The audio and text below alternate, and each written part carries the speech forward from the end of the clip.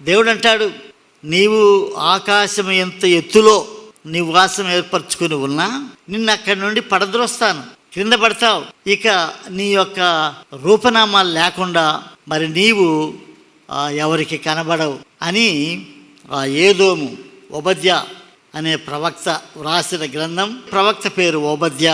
ఓబద్య అంటే యెహోవా దాసుడు అని అర్థం, ద సర్వెంట్ ఆఫ్ యావే. ఈ ఓబద్య చిన్ని గ్రంథంలో 21 వచనాలు మాత్రమే కనుక ఈ 21 వచనాలలో ఉండే ఆ దర్శనం ఏదోమును గురించి ప్రభు ఇచ్చినటువంటి దర్శనం.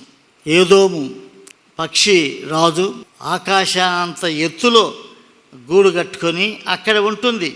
నేను అన్యజనులలో నిన్ను అల్పునిగా నీవు బహుగా తృణీకరింపబడదు, అత్యున్నతమైన పర్వతముల మీద ఆసీనుడు అయ్యుండి కొండ సందులలో నివసించువాడా, నిన్ను క్రిందికి పడద్రోయగలవాడెవడని అనుకునివాడా. అంటే ఓబద్య 1వ అధ్యాయంలో కొన్ని వచనాలు. నీ హృదయపు గర్వం చేత నీవు మోసపోతివి, పక్షిరాజు గూడంత ఎత్తున నివాసం చేసుకొని నక్షత్రములలో నీవు దాని కట్టిన అచ్చట నుండి నిన్ను క్రింద పడవేతును, ఇదే యెహోవా వాక్కు. ఈ ఓబద్య గ్రంథంలో దర్శనం ఈ రీతిగా చెప్పబడింది. చాలాసార్లు మనుషులు గర్వపడుతూ ఉంటారు.